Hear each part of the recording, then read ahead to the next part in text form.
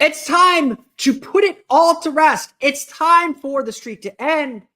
How the Magic get out of the bottom 10 in offensive rating. It's today on Locked On Magic.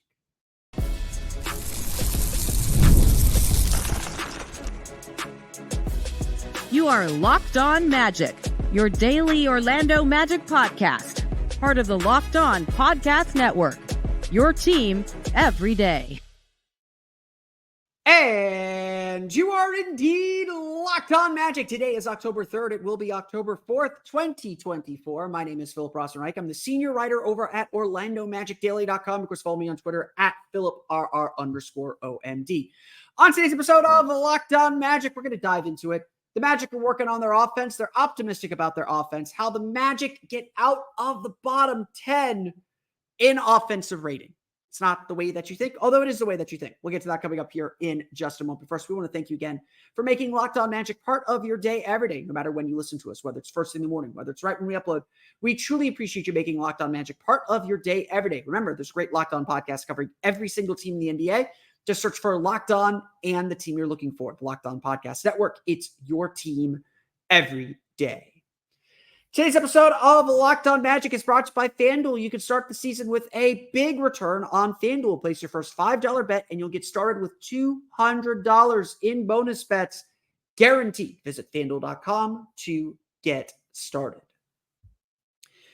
If you don't know by now, the Magic are owners of one of the most infamous streaks in the NBA. For the last 12 years, since Dwight Howard left in 2012, the Orlando Magic have not been outside of the bottom 10 in offensive rating. They have been one of the 10 worst offenses in the league for the last 12 years, the longest such streak since the NBA was able to calculate offensive rating. To say the least, this is a streak that needs to end. If the Magic are going to be a home court advantage team and accomplish the things that they say they want to accomplish, they must get out of the bottom 10 in offensive rating. All periods, all that stuff. This is just a fundamental thing that has to happen. Just no getting around it, no changing it, it has to happen. And the Magic know this. The Magic know that their defense is going to be there, and they're confident in that. And the Magic are obviously spending a lot of their training camp time on that. But they know their offense has to be better. Of course, they believe it will be because they're a year older, a year wiser, a year better, perhaps. And they added a great offensive player in Kentavious Caldwell-Pope. But obviously, it's not just going to be that. Jamal Mosley said at practice on Thursday that the Magic are working on things that they believe can inch the Magic forward offensively, that they believe can make the Magic a better offensive team. And obviously, they have their share of work to do. It is not just a given. It's not just a given. It's not such a simple thing. The Magic are focused right now on their pace of play.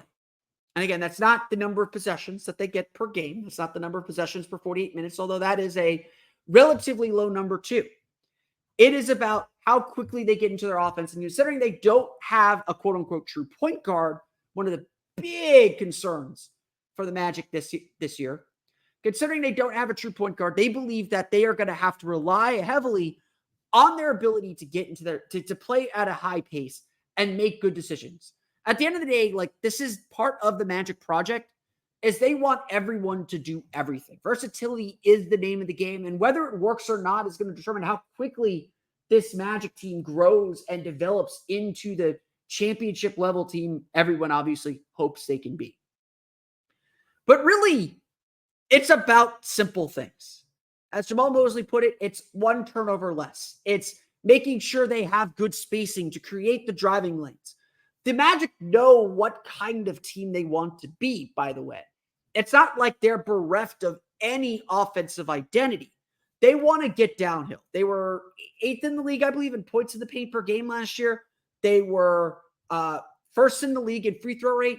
Their goal is to put pressure on the rim. And of course, what's held them back a little bit is because they don't have enough shooting, teams are able to load the paint against them, force him into mid-range jumpers. Yes, Paolo Banchero is still a young player learning what a good shot is. He will take a lot of bad shots. It's their inefficiency in fast breaks. And yes, it is their high turnovers. It is the fact that they are 27th in the league in pace with 97.4 possessions for 48 minutes. They're 27th in the league in fast break points at 12.4 per game. Not highly efficient. 26th in the league in turnover rate at 15%. And on top of all that, they are not a good shooting team. 29th in the league in three-point attempts, made the fewest threes in the league last year. They're 23rd, I believe, overall in three-point field goal percentage. This is a team that has a lot to do and a lot to work on to become a better offensive team. But like I said, the fixes aren't that complicated. Yes, Orlando needs to make more threes. They probably need to take more threes too. The Magic finished 15th in the league after January 1st in three-point field goal percentage. They can make threes, and they made the most threes in franchise history against the Kings. Like, this is a team that is still very capable of making threes, and the Magic are confident in their shooters. They got Jalen Suggs shooting 39%. Paolo Banchero improved to 33%, had a really strong playoffs from beyond the arc, hinting that he can still take another leap. Small sample size theater, I know. Wendell Carter is one of the best three-point shooting centers in the league. Caleb Houston, Jet Howard, and Tristan Da Silva should all be solid shooters. Gary Harris, for as much as Magic fans want to hate on him for his playoff performance, roughly 40% three-point shooter the last few seasons. The Magic added Kentavious Caldwell-Pope, who, by the way, was for the Nuggets, the fifth best offense in the league last year, which Nikola Jokic has a lot to do with. The Nuggets had their best offensive rating with Kentavious Caldwell-Pope on the floor, nearly 120 points per 100 possessions. And by all accounts, Kentavious Caldwell-Pope is delivering everything the Magic hoped for and more so far. I heard good reports about Kentavious Caldwell-Pope beyond just what's being said publicly about him, which I'm sure they're beaming about him anyway. The Magic have a lot of pieces to this formula, but it is these simple things. Let's just take pace. We're going to save turnovers for the next segment. Let's just take pace. Being able to get into your sets faster, catching defenses off guard, using your size, finding ways to create mismatches with your size. Being able to do those things more effectively will go a long way to making this team more effective. This is a young team that does not run. And look, I'm not here to say run more, be forced to run more. You should be just fast breaking like crazy. That's not Paolo's game. That's not really what he's great at. He likes to slow the game down a little bit. Nothing wrong with that. But the Magic have said they're putting an emphasis on being more efficient in fast breaks. They got the tape down to mark running lanes on one of the courts at the Advent Health Training Center. They want to run the fast. They want to run more and be more effective, creating space and lanes for their players to get downhill. Look, if the Magic are going to if the Magic are going to have these big ball handlers and they're going to be an elite defense that forces a lot of turnovers, their turnover rate was bad. They got all those turnovers back. If they're going to do that, they have to do a better job taking advantage of them. They have to do a better job running it back at them when they get those steals, when they get those blocks, when they get those turnovers, when they create those mistakes. That's going to be the key for the Orlando Magic to take this important leap, to take this important step forward. The Magic do have a decent offense in there. And look, a lot of it's going to come from maturity. It's been a big theme throughout the course of training camp. The Magic are hoping that they are a year older and a year wiser, that their decision-making and their reads are that much better, that they'll be able to see what they need to do. They hope and they believe that they can take that step just simply off of that experience factor. But obviously, the Magic have their work cut out for them. Obviously, the Magic still have to show that to us. And obviously, still the Magic have to work on their offense. So we've delayed it for 10 minutes. Let's talk about the two biggest issues the Magic face offensively and how they're hoping to solve it. We'll get to that coming up here in just a moment.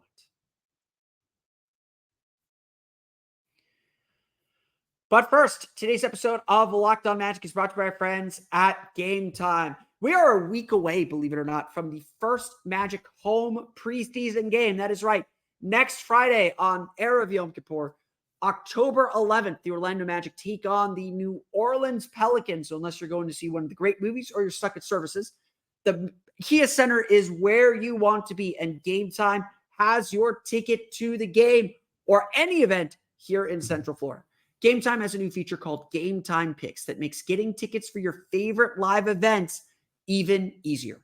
Gametime Picks filters out the fluff to show you only incredible deals on great seats so you don't have to waste time searching through thousands of tickets. I've used Gametime to go to events. I use Gametime even just to see what the price of tickets are for events that I want to go to, whether it's concerts, whether it's shows, whether it's other sporting events here in Central Florida. Gametime has everything on there. It's a one-stop shop for all your ticketing needs. They have great customer service. I had an issue with the ticket with the MLB app for a Rays game that I was trying to go to.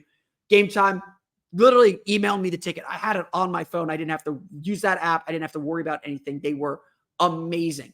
They gave you that panoramic view from your seats, a digital view of your seats in the app before you buy. And with their lowest price guarantee, you will get 110% of the difference credited to your account if you find the ticket available for a lower price somewhere else. Take the guesswork out of buying tickets with Gametime. Download the Gametime app, create an account, and use code LOCKEDONNBA for $20 off your first purchase. Terms apply. Again, create an account and redeem code LOCKEDONNBA. That's LOCKEDONNBA for $20 off. Download Gametime today. What time is it? Gametime.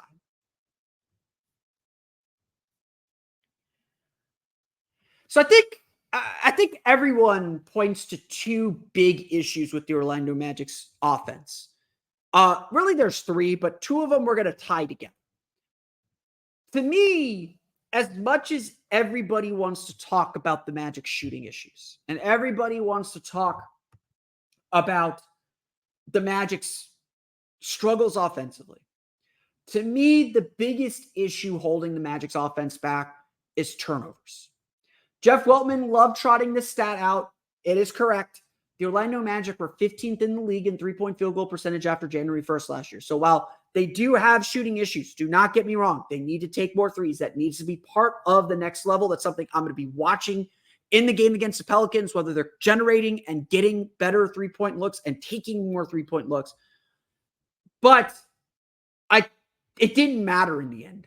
The fact that the Magic shot a higher percentage from three after January 1st, no effect on their offensive ratings.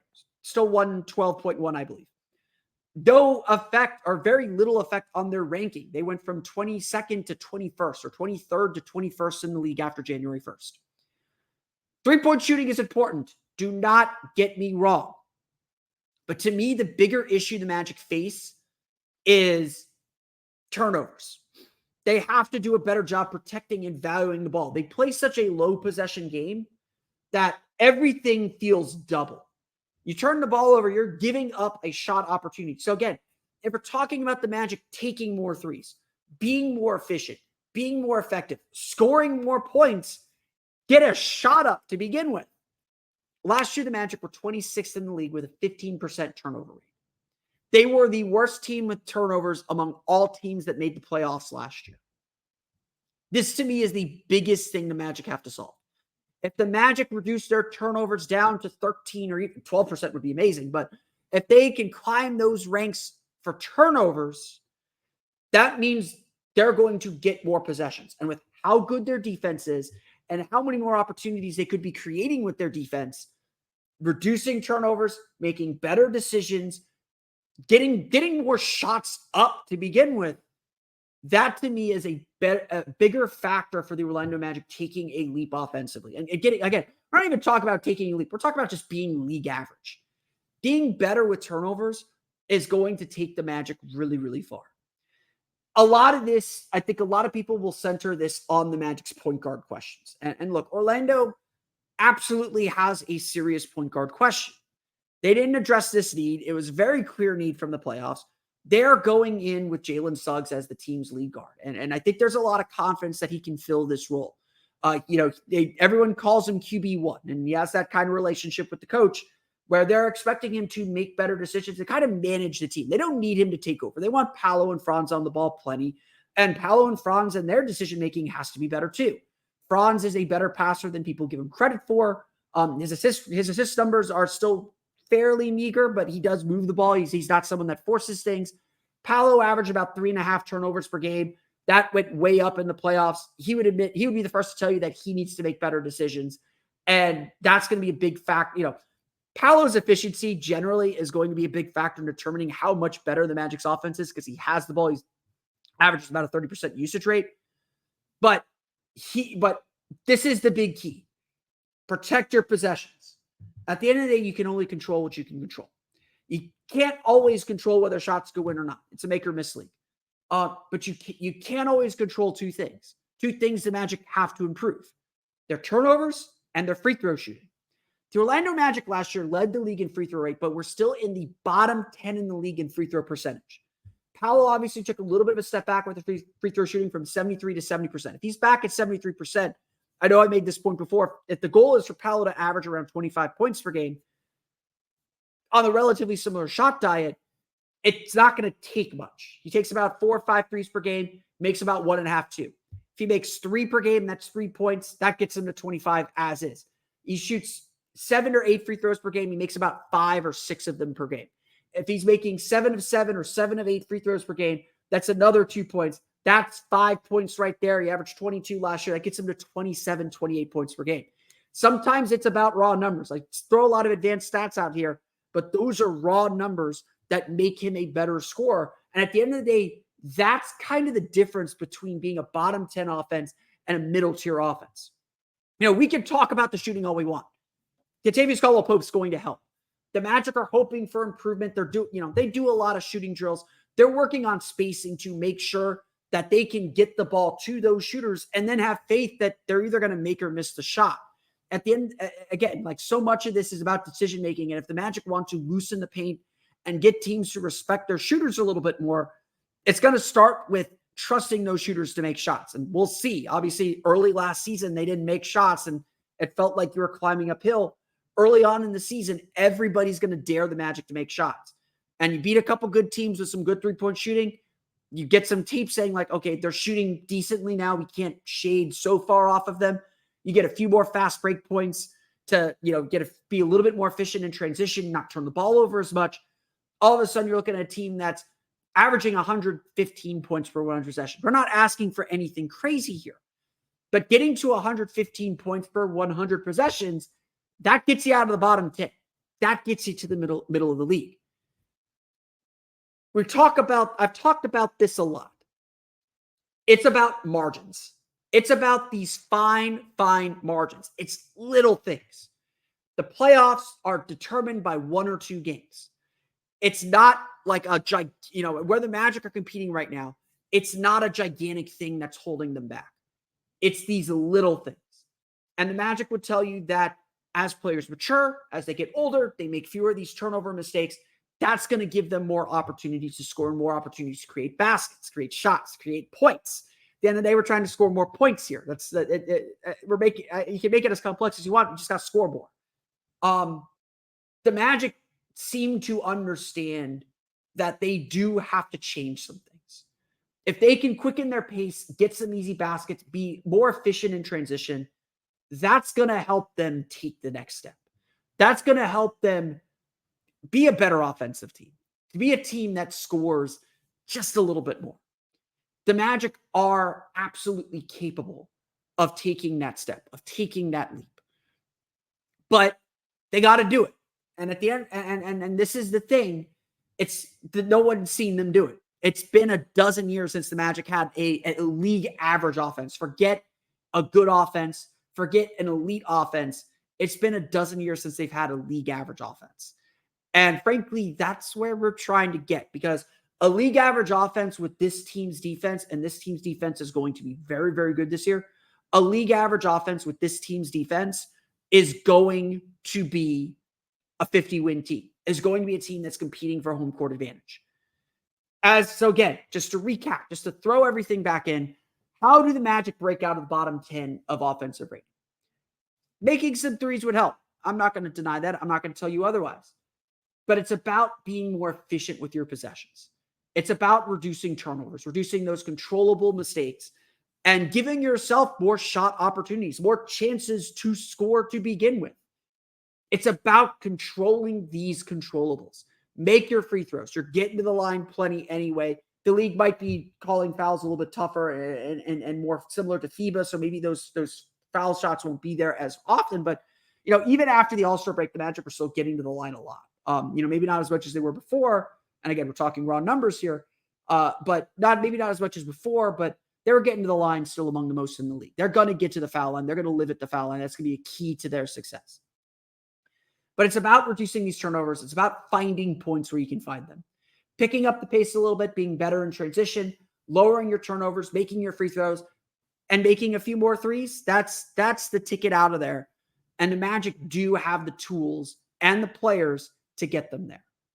One of those players is Wendell Carter. We'll talk a little bit about what he had to say about his injury and his outlook on the season coming up here in just a moment. But first, today's episode of Locked On Magic is brought to you by our friends at FanDuel. Hey, NFL fans, you can start the season with a big return on FanDuel, America's #1 sportsbook. I give you some odds for the Bucs-Falcons game, but I'm recording it just before kickoff. You're probably going to be listening to it. You're probably going to be the game will be going on as you're watching this premiere, or it'll be over by the time you listen to this podcast. So if you're happening to be listening to this during the game, they have great live odds for you in the middle of the game. So whether you're watching college football, the NFL, or getting ready for NBA preseason action on Friday, when you get a hunch in the middle of the game, you can check out the latest stats, view live play-by-play, and so much more on the same page where you place your bets. Plus, they got great NBA odds looking forward to the NBA season, including Magic at over under 47.5 wins, plus 140 to win the Southeast Division. Really good odds, by the way, like fit plus 4,000, I think, to win the Eastern Conference. And, of course, 1-point underdogs in their season opener against the Miami Heat. Plus, if you join FanDuel, you'll get started with $200 in bonus bets guaranteed when you place your first $5 bet. That's FanDuel.com. FanDuel.com, America's #1 sportsbook. So we had the chance to talk today to Wendell Carter and get kind of an update on where things are at with him. He's obviously, I think, one of the players that we are watching very carefully this season. We did a whole episode of Wendell Carter a couple weeks ago. We'll rehash some of those issues here. But the update on Wendell Carter is that, yes, he is wearing a tape wrap over his surgically repaired left hand. That's a nice little scar on there too. But he had surgery very early in the summer on the left hand that he injured or injured early in the season. He did say that really affected him, that, he kind of lost some confidence. He talked at Media Day about how much of a struggle last season was. And you could tell there's a lot of determination. He knows this is a big year. He's extension eligible. He very much is kind of in limbo. The Magic are going to have to figure out how to get better and how to advance. And Wendell Carter is kind of the first contract that comes up among the Magic starters if we're expecting Jalen Suggs to sign an extension, as well as, of course, Paolo and Franz to get their extensions too. There is a lot to think about. There is a lot to consider and a lot to kind of to see with Wendell Carter, and I think he knows it. There's a lot of criticism of Wendell Carter. Some of it is fair, some of it is not. But one thing is absolutely true. Injuries have defined his career. It's never really been the same injury. It's not been a nagging thing. It's not been a nagging repeated issue. It's not been anything that frankly required surgery that has repeatedly required surgery. It's just been he's gotten knocked and dinged up with random small injuries that knock him out for 10, 15 games at a time. Last year, broke his hand early in the season, 4 games in the season, grabbing the rebound. Nothing you could do about it. Even he would say, there's nothing I could do about it. He maybe worked his way back from it too quickly, tried to come back, never really found his footing with the team. And I think the timing of that injury does have something to do with it. Early in the season, you're still establishing who you are as a team. Wendell Carter, though, took that experience and took those frustrations to heart this summer. Carter told us at Media Day that his goal is to play 82 games. He knows that's not entirely in his control, but his goal is to play 82 games. He said his hand's been whacked a few times and he feels like he won't injure his hand the same way again. He hired a team to take care of him medically, essentially, to take care of his health and make sure that he entered the season healthy. He spent a lot of time working on his mental health, and sounds like in a very similar way that Jalen Suggs did last year. He believes he is set up for a big season. And when Wendell Carter is available, when he is healthy, he is such a versatile player. I know he doesn't do the highlight reel blocks that everybody loves to see. Not gonna pretend that he does those. That's not who he is. But he is a solid defender, an excellent rim protector. Even last year, took a little bit of a step back, gave up 58% shooting at the rim last year, according to Second Spectrum. Was at 57 the year before when he was a really good defender. He is an excellent defender, even if he is not a shot blocking big man or rim protector. He positions himself well. He guards the perimeter well. He does all the things the Magic like. He will switch on to guards.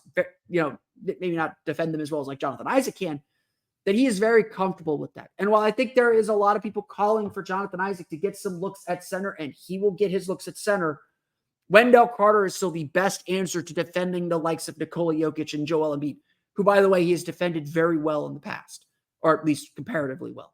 He is the best option to keep a guy like Jared Allen off the boards, to defend a guy like Miles Turner. He is still one of the best options for the Magic and one of the best weapons that the Magic have. But it starts with him being healthy. It starts with him being available and being confident. And certainly last year, all of that took a hit. And you could tell it took a hit. And he's entering this season filled with confidence. You can feel it coming off of him, that he is determined to make this season a successful one for him and a different one for him. And that's, obviously a player with motivation is a very dangerous thing. These are very good players. These are very competitive guys. He is certainly someone that it feels like could take, I don't want to say a leap, but could take some very big steps for this Magic team. Someone that Magic fans should be very excited to see play, to see out there on the court, to see doing what they need him to do. I do think Carter is in for a bounce back year. I am very high on what we're going to see from Wendell Carter. And again, we're not asking for a lot. 12, 13, 14 points per game, 8 rebounds per game, a block and a half, if you can get that. Good defense, defend at like 56, 57% at the rim. Those are the kind of things the Magic are looking for from Wendell Carter. It's not elite by any measure, but it's solid. He's an excellent passer from the high post, an excellent screener. He does all the little things that make your team really good. The Magic have guys who do that all throughout that center, by the way. Mo Wagner does it well. Goga Bitadze does it well. But Wendell Carter's shooting ability and really his passing ability from the high post make him so valuable. And if he's healthy, which by all accounts he is, that means he's going to take a big step. I love what I've at least heard from Wendell Carter about how he approached this summer, about how he got himself back. And obviously, we got to wait to see what it looks like on the floor, because last season was not a good Wendell Carter season. Again, did some good things, was okay, was not like terrible, but is not what the Magic are going to need to compete at the highest levels. They're going to need the best version of Wendell Carter to do that. And that's a big, big, big undertaking for him this season, and a big reason why he has to prove he can be healthy this year. It is a big year for Wendell Carter, and he appears to have taken the steps that he needs to take to get there. And obviously, we'll see a lot more on Monday when the Magic play the Pelicans. But that's going to do it for me today. I want to thank you all again for listening to today's episode of Locked On Magic. Of course, find me on Twitter at PhilipRR_OMD. Subscribe to the podcast on Apple Podcasts, Stitcher, TuneIn, Himalaya, Google Play, Spotify, Odyssey, and all the places on the podcast to your podcast-enabled listening device. For the latest on the Orlando Magic, be sure to check out OrlandoMagicDaily.com. You can, of course, find us there on Twitter at OMagicDaily. And for even more Orlando Magic content, be sure to check out my Patreon page, the Orlando Magic Hub, at patreon.com/Orlando Magic Hub. As always, thank you for your support. Don't forget, too, we will be doing a live show Monday night at 7 p.m. recapping the Orlando Magic's preseason opener against the New Orleans Pelicans. Don't forget, Monday, 7 p.m., we'll do a live show recapping that game. Get your reaction to the Magic's first preseason game, overreact to things, all the goodies. We'll talk about Magic basketball very, very soon as the games are getting ready to get going as the training camp portion of preseason concludes. But now that you're done listening to me, be sure to get yourself ready for the fantasy basketball season with our friends at Locked On Fantasy Basketball. Become a fantasy basketball expert and get the edge over your league mates with daily tips from the one and only Josh Lloyd. Find Locked On Fantasy Basketball on YouTube or wherever you listen to podcasts. That's going to do it for me today. I want to thank you all again for listening to today's episode of Locked On Magic. Have a great weekend. On Monday's episode, I'll give you what you should be watching for as the Orlando Magic take on the New Orleans Pelicans. Until then, for Orlando Magic Daily and Locked On Magic, this has been Philip Rossman-Reich. We'll see you all again next time for another episode of Locked On Magic.